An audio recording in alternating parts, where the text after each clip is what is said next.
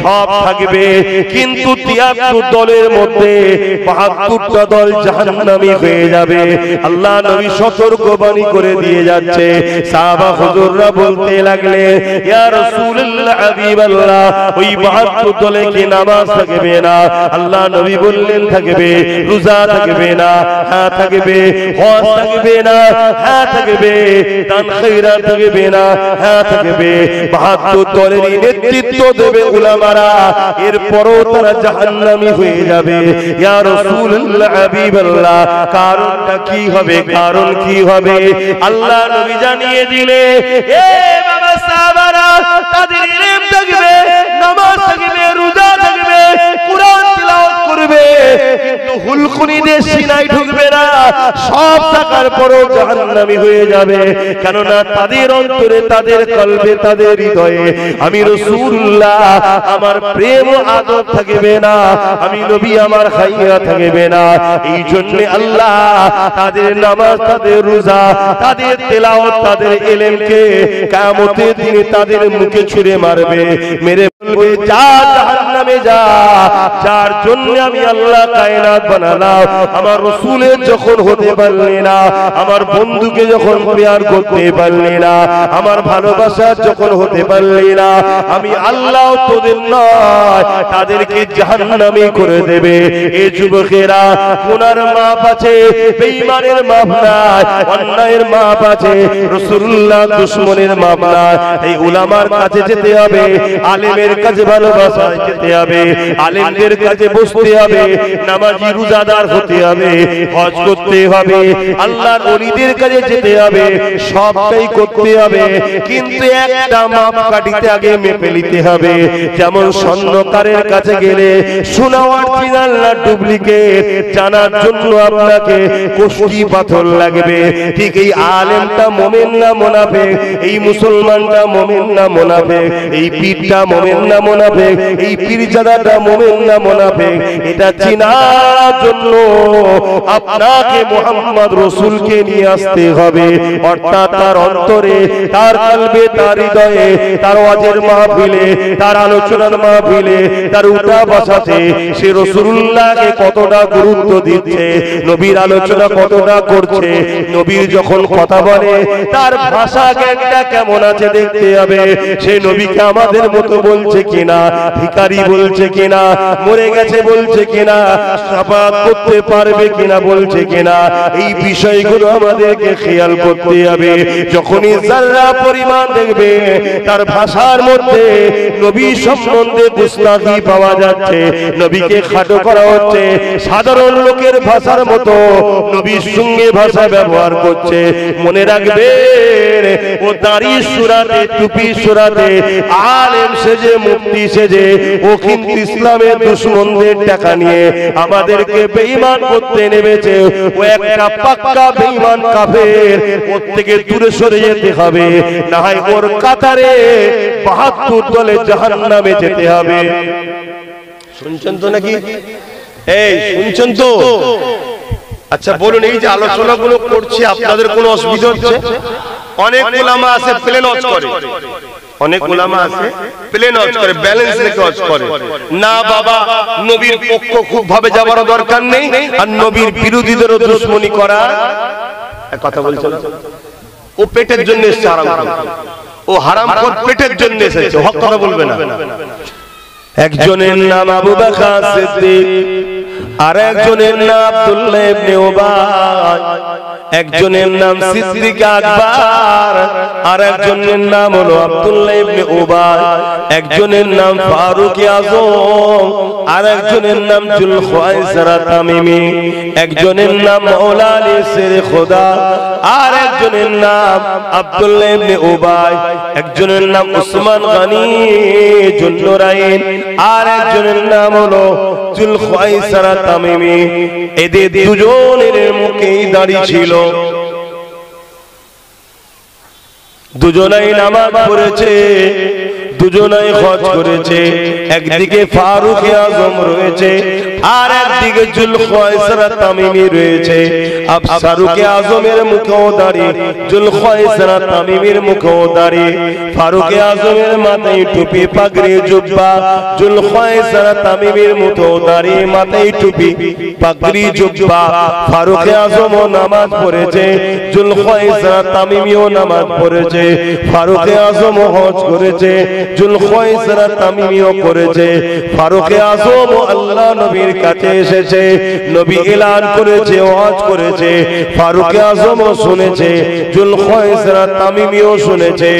এই যুবকেরা, ফারুকে আজম দুনিয়ার জমিন থেকে জান্নাতে সার্টিফিকেট পেয়েছে, আর জুলখায়সারা তামিমি আল্লাহ নবী ঘোষণা করেছে ওর নসল থেকে একটা দল বেরোবে, যে দলের লোকেরা এত সুন্দর নামাজ রোজা দাঁড়িয়ে টুপি রাখবে।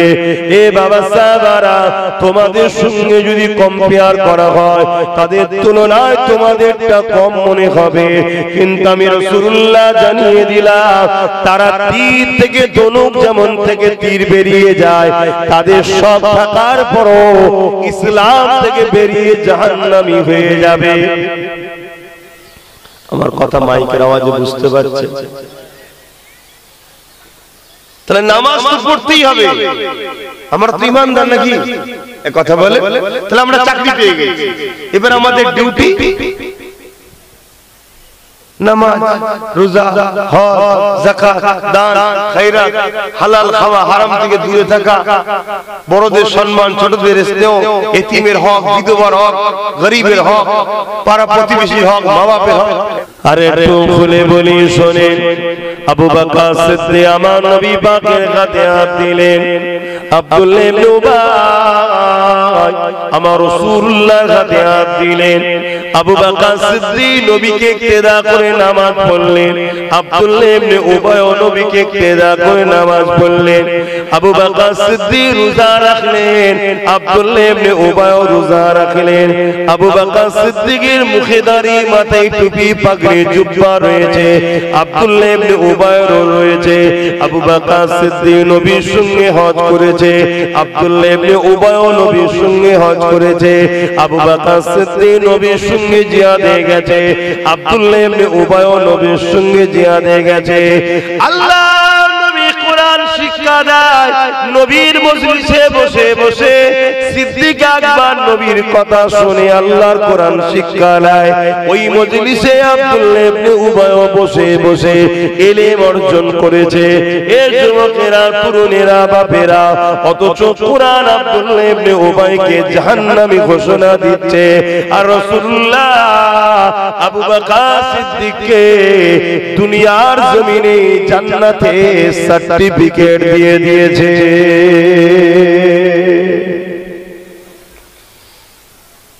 কি বুঝছে?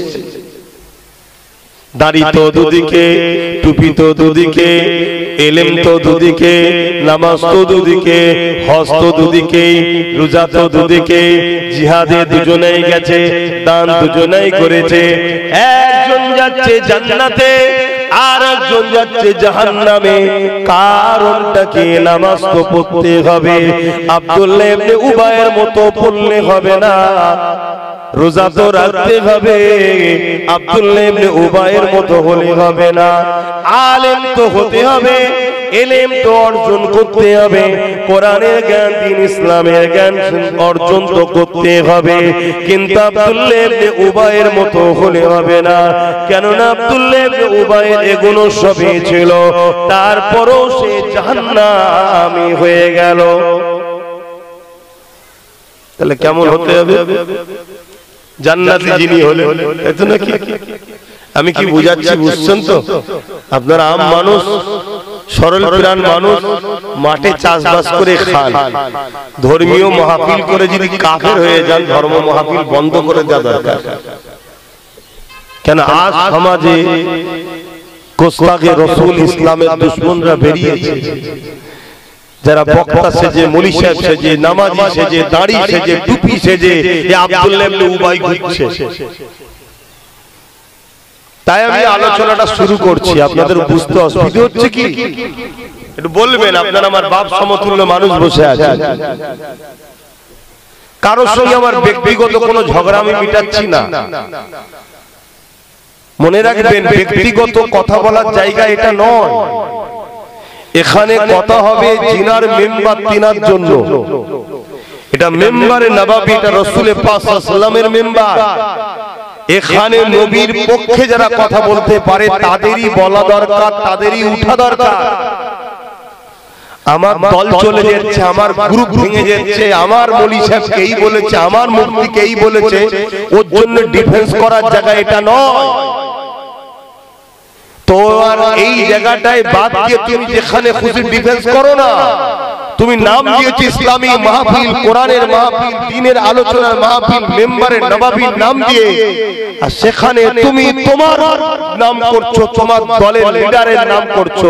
এটা এই জায়গা নয়। কিন্তু এখানে কথা হবে শুধুমাত্র আল্লাহ ও রাসূলের পক্ষে। জোরে বলুন সুবহানাল্লাহ। যদি না এখন রুখতে পারে, আগামী দিন দেখবেন এই মেম্বারগুলোতে গায়ের মুসলমানরাও আসবে, এসে কথা বলবে, মেয়ে ছেলে উঠবে, কথা বলবে, নাটক হবে এই মেম্বার তৈরি করে। কিচ্ছু করতে পারবেন না আপনারা, কারণ ফিতনা শুরুতেই ধরতে হয়। ফিতনা বেড়ে গেলে আর বুঝাতে পারবেন না। আল্লাহ নবী বললেন, আমার উম্মত উম্মতিরা, আমার সাহাবারা উম্মত উম্মতিদের জানিয়ে দেবে আখিরি জামানা হাতের তালুতে আগুন রাখা থেকে ঈমান বাঁচানো বড় কষ্ট হবে।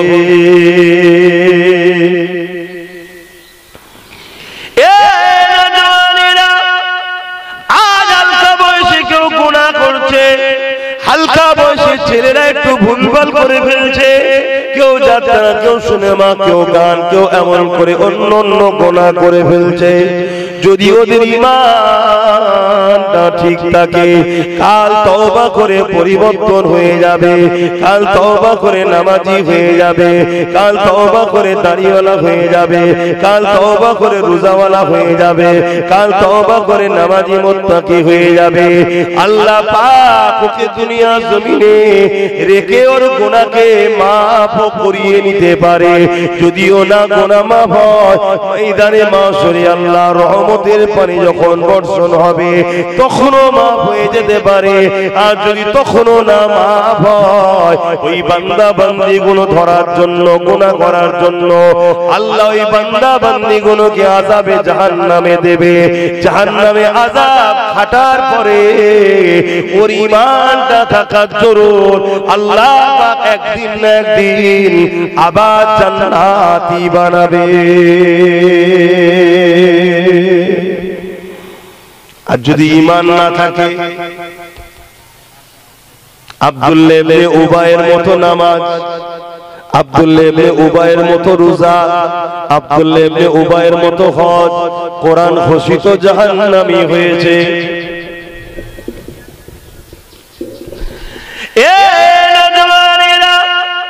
আল্লাহ নবী সাহাবী হযরত আবু বকর সিদ্দিককে জিজ্ঞাসা করা হলো, ও হযরত আবু বকর সিদ্দিক, আপনার যা আব্দুল্লাহ ইবনে উবাইর তাই রয়েছে, আপনি জান্নাতের সার্টিফিকেট পেয়ে গেলেন, আব্দুল্লাহ ইবনে উবাই ধ্বংস জাহান্নামী হয়ে গেল। এ আবু বকর, এর কারণটা কি?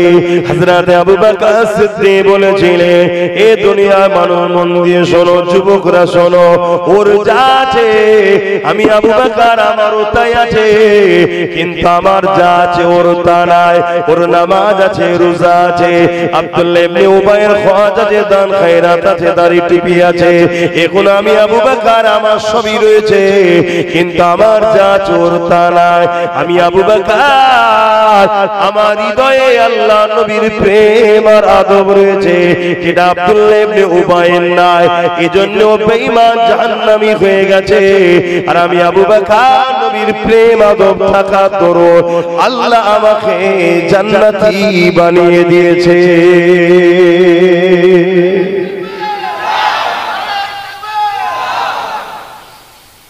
নামাজ, রোজা, দাড়ি, টুপি, হজ সব ছিল, এমনকি নবীকে ইক্তেদা করে নামাজ পড়েছে। আবার মানে নবী পাক সাল্লাল্লাহু আলাইহি ওয়াসাল্লাম ইমাম আর পিছনে মুক্তাদি আব্দুল্লাহ ইবনে উবাই। নবী পাক সাল্লাল্লাহু আলাইহি ওয়াসাল্লামের সাথে জিহাদে গেছে, ভাবছেন আপনারা?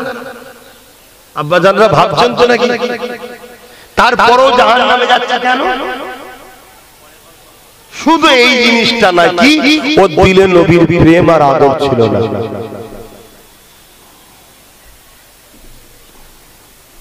তাহলে আমাদেরকে তো নামাজ পড়তে হবে নাকি? কথা বলুন। আজ নবীর প্রেম আদব না থাকে এটা সরাসরি দিচ্ছেন না কেন? আমি সবাইকে জিজ্ঞেস করছি, নবীর প্রেম আদব যদি না থাকে নামাজ পড়ে কামিয়াবি হবে? রোজা রেখে, হজ করে, দাড়ি রেখে, টুপি পরে, মুফতি হয়ে, মাওলানা হয়ে পীর দাবি করো, কামিয়াবি আছে? কামিয়াবির মূল মন্ত্র কি? মুহাম্মদ রাসূলের প্রেম ও আদব। জোরে বলুন সুবহানাল্লাহ। নবীর প্রেম আদব আছে, পাঁচ ওয়াক্ত নামাজ পড়েছে, জান্নাতে মাকাম পাবে। কেউ তাহাজ্জুদ করেছে, তার সাথে আরেকটু উঁচু মাকাম পাবে। কেউ কোরআন তেলাওয়াত করেছে, আরেকটু উঁচু মাকাম পাবে।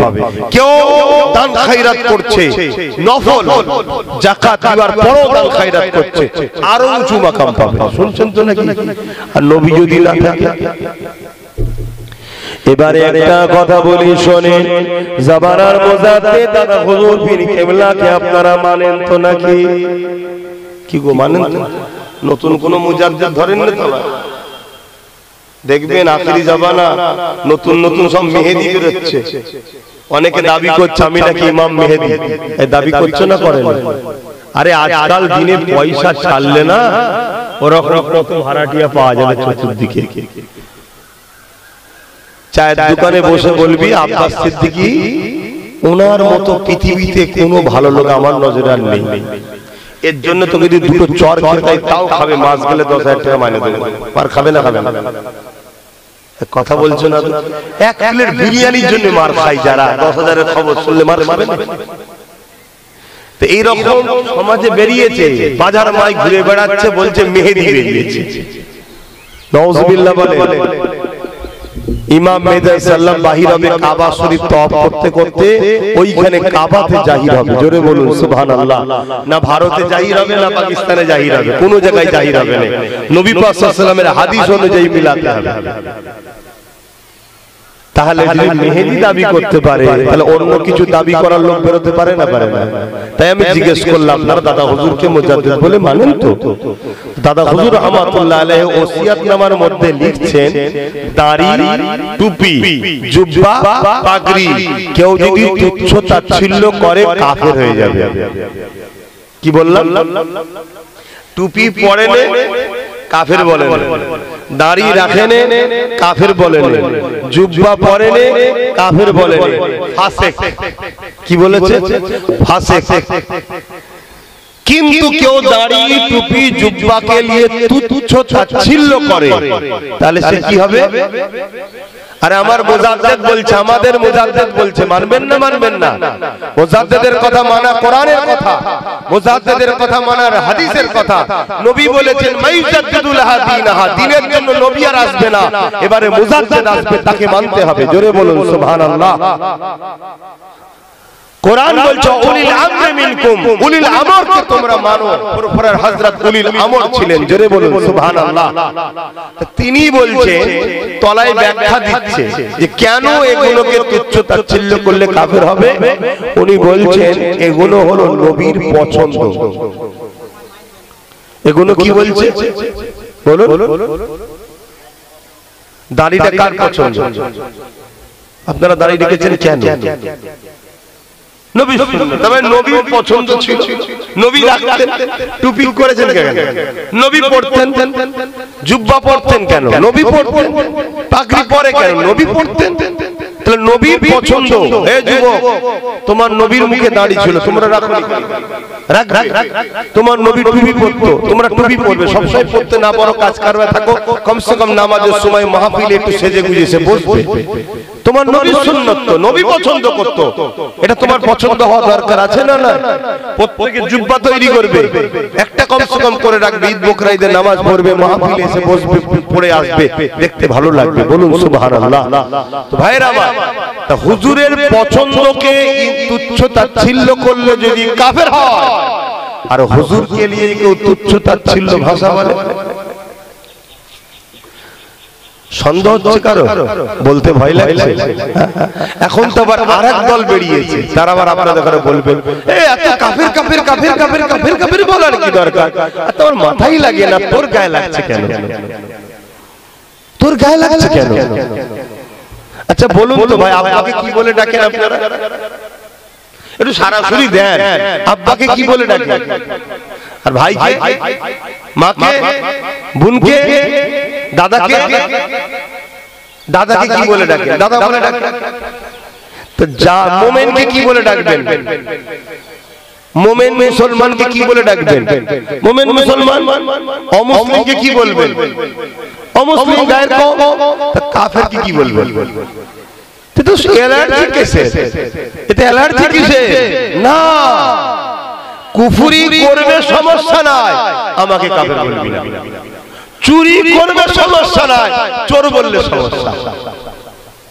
কথা কিছু বুঝছেন? খুব গায়ে লাগে কাফের বললে। আল্লাহ পাক কোরআনের মধ্যে জানিয়ে দিলেন, এ দুনিয়ার মানুষেরা, আমি আল্লাহ তোমাদেরকে জানিয়ে দিলাম, এ ঈমানদারেরা, তোমরাও সাবধান হয়ে যাও, তোমাদের গলার আওয়াজ যেন আমার রাসূলুল্লাহর গলার আওয়াজের উপরে না উঠে যায়। তোমরা কথা বলছো, কথাকে আস্তে আস্তে বলো, আওয়াজকে নবিয়ে নবিয়ে বলো। আমার নবীর গলার আওয়াজের উপরে যদি কারো কণ্ঠের গলার আওয়াজ উঠে যায়, আমি আল্লাহ তার আমলকে সব বরবাদ করে দেব। কেউ 60 বছর রোজা রেখেছে, কেউ 60টা হজ করেছে 60 বার, কেউ 100টা মাদ্রাসা বানিয়েছে, 100 মসজিদ বানিয়েছে। ভালো কাজ না খারাপ? পরনাই জুব্বা পাগড়ি টুপি দাড়ি, ইলম অর্জন করেছে, বুখারী পড়ায়, মুসলিম পড়ায়, তাফসীর পড়ায়, বিরাট বড় মুহাক্কিক, আলেম, মুফতি, মুহাদ্দিস, বড় আল্লামা, বড় পীর, বড় শায়েখ, সব কিছু লাকাব সবই রয়েছে, দান খায়রাত সবই রয়েছে। কিন্তু একবার এক মুহূর্তের জন্য আমার নবীর কণ্ঠের আওয়াজের উপরে যদি আওয়াজ চলে যায়, আল্লাহ বলছে তোর 60 বছরের নামাজ, রোজা, দাড়ি, টুপি, মুফতি, মাওলানা, হজ, যাকাত সব আমি আল্লাহ বরবাদ করে দিলাম। কেননা নবীর কণ্ঠের উপরে আওয়াজ দেওয়া হলো বিয়াদব, বিয়াদবের ঈমান থাকে না, বেঈমানের আমলের কোনো দামও নাই। শুনছেন? আমি কি ওয়াজ করছি বুঝাচ্ছি, বুঝছেন? কেন আপনারা আম মানুষ, আপনারা জলসা দেখলে ছুটে ছুটে যান, এটা আপনাদের ভালো লক্ষণ, খারাপ নয়। কেন যাবেন না? আল্লাহর কথা হবে, নবীর কথা হবে, শুনবেন না? শোনা তো দরকার। গেলে গুনাহ মাফ হয়, নেকি হয়, সুবহানাল্লাহ বলবেন, দরুদ শরীফ পড়বেন, তাই ছুটে ছুটে যান। যাওয়াটাকে খারাপ বলছি না, কিন্তু আপনাদের এই সরল প্রাণ নবীর প্রেম, আল্লাহর প্রেমটাকে ধ্বংস করার জন্য ইসলাম বিদ্বেষীদের অর্থে একদল দাড়ি টুপি সুরাতে মুনাফিক বক্তা বেরিয়েছে, যারা ওই মাহফিলে আমার নবীকে ছোট করে আলোচনা করে। আর আপনি চুপ করে বসে শুনছেন। মাওলানা সাহেব দেখো কত সুন্দর কোরআন পড়ছে রে, কত সুন্দর হাদিস পড়ছে রে, কত সুন্দর মুসা নবীর কথা বলছে, দেখ কোরআনের আয়াত দিয়ে বলছে, ঈসা নবীর কথা বলছে, সুলাইমান নবীর কথা বলছে, দেখ দেখ দেখ কত সুন্দর ওয়াজ করছে। আর টুক করে ওর মধ্যেই বলে দিল ঈদে মিলাদুন নবী করা যাবে না। শুনছেন না? শুনেন? এটা মূলত ওই বেঈমানের রাগ আমার নবীর উপর। কেন? ওদের আকীদা হলো নবী 40 বছর বয়সে নবুয়ত পেয়েছে, তার আগে নবী তো নবীই ছিল না, তাহলে নবীর আলোচনা কেন করব? সে তো নবী নয়। শুনছেন তো নাকি? আর আমাদের আকীদা কি? আমাদের বলতে কোরআন, সাহাবা, আহলে বায়াত, ইমাম হাসান হোসেন, মাওলা আলী, সিদ্দিক আকবর, ফারুক আজম, উসমান গনি, আহলে সুন্নাত ওয়াল জামাতের আকীদা কি? আকীদা হলো যখন কোনো কিছুই ছিল না, তখন আল্লাহ মুহাম্মদ সাল্লাল্লাহু আলাইহি সাল্লামকে কোরআনের ভাষায় ডাকছে, ইয়াসিন ওয়াল কুরআনিল হাকীম ইন্নাকা লামিনাল মুরসালিন। এই যে ইয়াসিন, এটা কার নাম বলবেন তো? কোরআন কখন থেকে? লাউহে মাহফুজে ইয়াসিনটা আছে না নাই লেখা? ওটা তো মূল। ওখান থেকে ধারাবাহিকভাবে 30 পারা কোরআন আমার নবীর উপরে রোজার মাসে নাজিল হয়েছে। অরিজিনাল তো ওইটা, এটাকে ডুপ্লিকেট বলছিলেন, আউযুবিল্লাহ, মানে উল্টো নেবেন না। ওইটার হুবহু আয়াত নাজিল হয়েছে আমার রাসূলুল্লাহর উপরে। জোরে বলুন সুবহানাল্লাহ। তাহলে কোরআন ওইখানেও লেখা রয়েছে ইয়াসিন ওয়াল কোরআনিল হাকীম ইন্নাকা লামিনাল মুরসালিন আলা সিরাতিন মুস্তাকিম। লেখা আছে না নাই? তাহলে ইয়াসিনটা কার নাম? হয়তো বলতে পারছে না। এটা আমার নূর নবী, দয়ার নবীর নাম। বাপ আদম তখন সৃষ্টি হয়েছে, তিনি যখন নবী নয়, আল্লাহ কোরআনে তার নাম তখন রেখেছে কেন? শুনছেন তো নাকি? আর মুজিজা কাদের দ্বারা হয়? মুজিজা কাদের দ্বারা হয়? ওলিদের দ্বারা কারামত হয়, নবীদের দ্বারা কি হয়? মুজিজা। আমার জানেন না আমার নবী সিনা চাক হয়েছে, জানেন না? কখন হয়েছিল? ছোটবেলায় হয়েছে না হয়নি?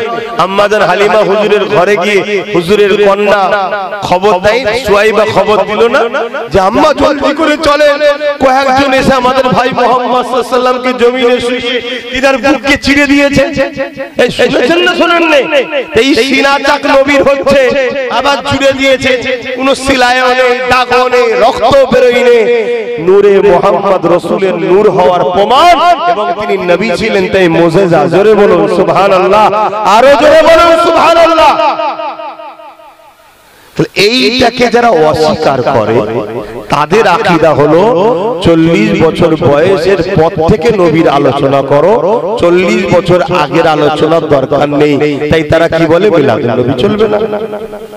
আপনি বসে বসে সেখানে শুনছেন, চুপ করে চলে গেলেন। আপনি নবীর পক্ষে না দুশমন হলেন? কোনটা? কথা বলছেন, আপনি দুশমন হয়ে গেলেন। ঈমান কি করে হলো? ধরুন আপনার 4টে ছেলে, একজন পাড়ার কেউ এসে আপনাকে ছোট বড় কথা বলছে, আপনার 4টে ছেলে চুপ করে শুনছিল, দেখছিল, কিছু বলেনি। আপনি এতে খুশি হবেন না বেজার হবেন? এই বদমাইশ, তোরা কিছু বললি না কেন? বলবে না? বলবে না? ও আপনার বেলায় যদি প্রেস্টিজে লাগে, তাহলে আমার রাসূলুল্লাহর বেলায় ধরা পড়বেন না। এজন্য বাপ নবী চেনেন, নবী চেনেন। যে আলোচনায় গিয়ে দেখবেন নবীর আলোচনা হচ্ছে, ওখানে গিয়ে বসবেন। কারণ আল্লাহ পাক কোরআনের মধ্যে ঈমানদারকে লক্ষ্য করে যখন আয়াত নাযিল করেছে, ওখানে আমার নবীকে নিয়ে আলোচনা করেছে।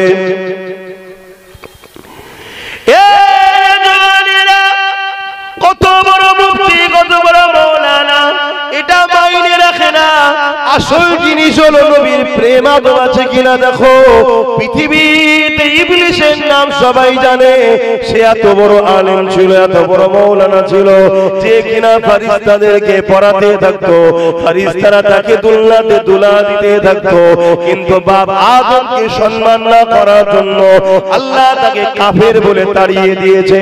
মনে রাখবেন, বাপ আদমেরও নবী হলো মুহাম্মদ রাসূলুল্লাহ। এটা জেহেনের মধ্যে ঢুকিয়ে নেন, বাপ আদমেরও নবী হলো মুহাম্মদ রাসূলুল্লাহ।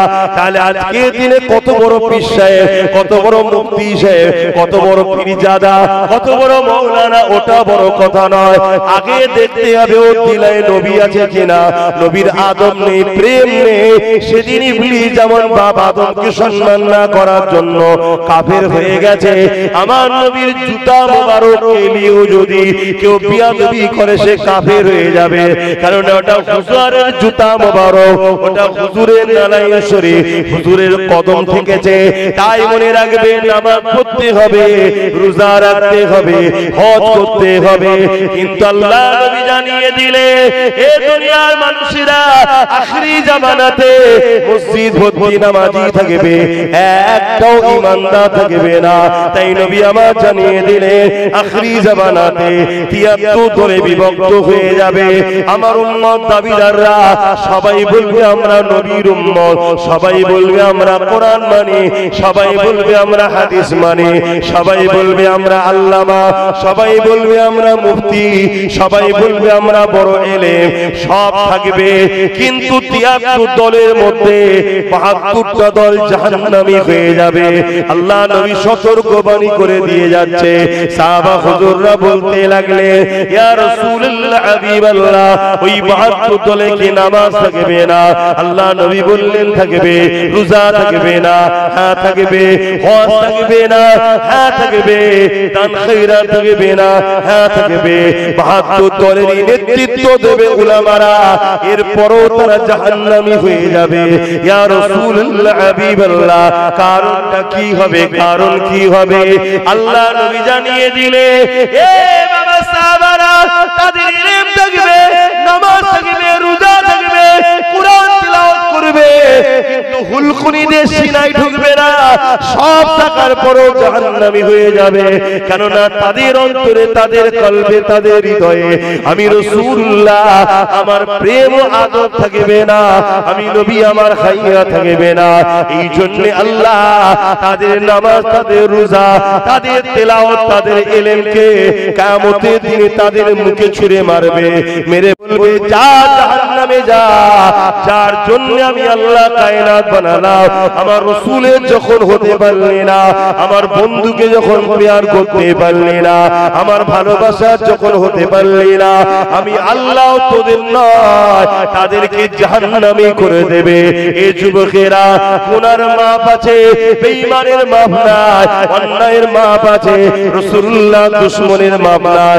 এই উলামার কাছে যেতে হবে, আলেমের কাছে ভালোবাসায় যেতে হবে, আলেমদের কাছে বসতে হবে, নামাজি রোজাদার হতে হবে, হজ করতে হবে, আল্লাহর ওলিদের কাছে যেতে হবে, সবটাই করতে হবে। কিন্তু একটা মাপ কাটিতে আগে মেপে নিতে হবে। যেমন স্বর্ণকারের কাছে গেলে সোনা অরিজিনাল না ডুপ্লিকেট জানার জন্য আপনাকে কোষ্ঠী পাথর লাগবে, ঠিক এই আলেমটা মুমিন না মুনাফিক